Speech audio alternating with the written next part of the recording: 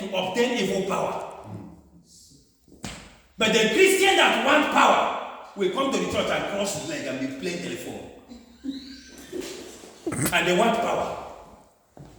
It is powder that you want, not power. I know, it's true. Since what they are doing for power, and you that you are a Christian, that you want your light to shine, what are you doing? What are you doing for power? To silence such a man? Can you silence such a man with the kind of prayer you're doing? Ask yourself that.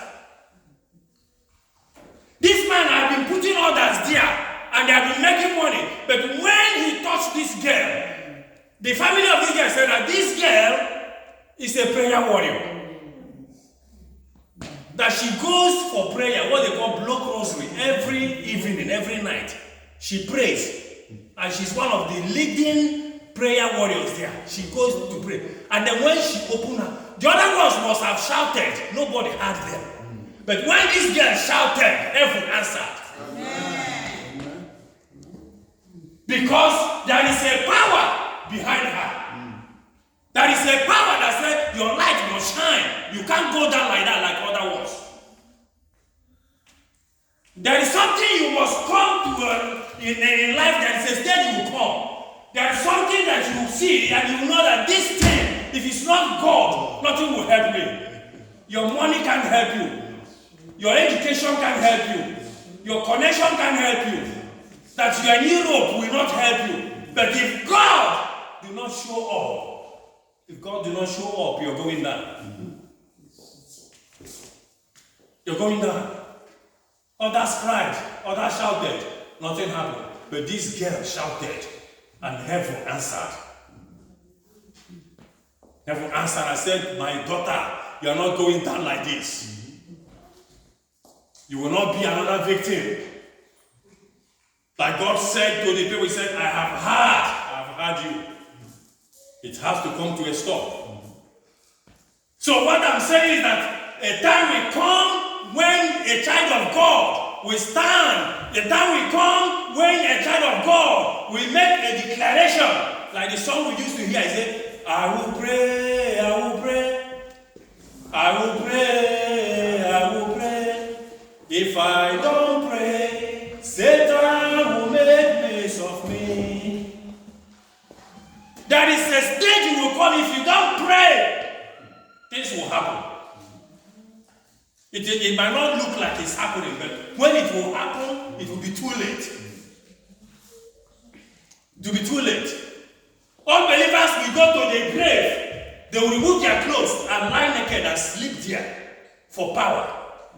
They want power. They want power. While a Christian is busy sleeping. Sleeping, I'm eating grace meal, eat everything. He's snoring.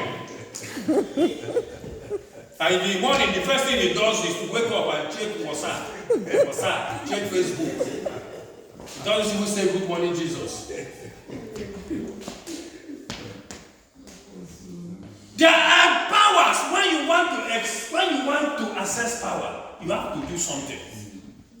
You have to do something. You have to do something. Daniel in the book of Daniel chapter 2. Daniel chapter 2. I will close with this. Daniel chapter 2. Daniel chapter 2. We know about Daniel. Daniel has been taken inside the king's court as one of the wise men. But the king, Nebuchadnezzar II, he has a lot of Chaldeans, media people. He has necromancers, he has occultists, he has astrologers, he has sorcerers. All these people are evil people.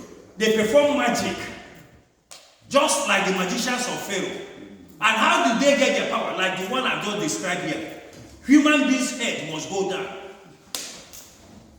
The Bible says they roast human beings to make sacrifice. Just like you make barbecue. They put human beings for their sacrifice, roast with fire, to get power. But Daniel was counted among them. But Daniel's own power, because they have seen power also in Daniel, but Daniel's power is not coming from evil practices. His own power was coming from Elohim, from Jehovah himself. Amen. So something happened in Daniel chapter 2. These people, they are interpreting the king's dream. A time came. The Bible said that the king had a dream. And he said that the king was troubled. He could not sleep. He was terrified. The king said, well, I don't have problem. I will call my wise men to come and interpret the dream as usual. Now he called the wise men. First he called the sorcerers, because he first called his own. He called the sorcerers, all the astrologers. He called them. He said, I had a dream, it's disturbing me. Please interpret it. And he said to the king, okay, tell us the dream, and then we will interpret it. The king rubbed his head. He said, I've forgotten the dream. But that's why you people are magicians and wise men. I've been paying you, giving you all the accolades. So you have to remind me the dream again. And then you have to interpret it. It's irony. Waiting with this one. They say, King, how can we bring back the dream? We don't know. You have to tell us the dream so we can interpret it. The king said, I've forgotten it. You have to bring back the dream and you have to interpret it. And they thought the king was lying or the king was joking. The king said, well, if you don't do it, I will kill all of you. Because I've been paying you a lot of money. And they said, the king, please, if you can remember, please, they were on their knees, please remember the dream, try to remember, and we can. He said, I've forgotten it.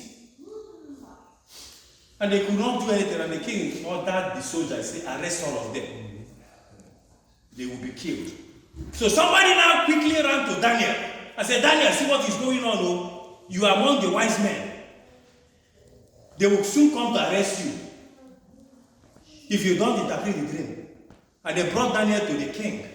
And Daniel said, King, please give me some time. Let me go and pray to my God. Daniel went and took his compatriots, his partners. He said, please, we need to pray now. We will pray. If we don't pray, Satan will make mess of us. They went in and they prayed.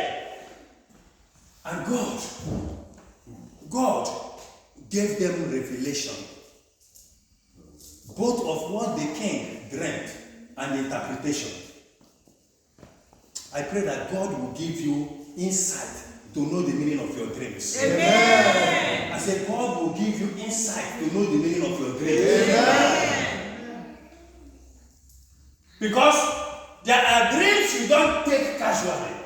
Ask God, please, I need interpretation. I need interpretation. You don't know about it, go according to Genesis 50 verse 20. Lord, they meant it for evil. Turn them to my good.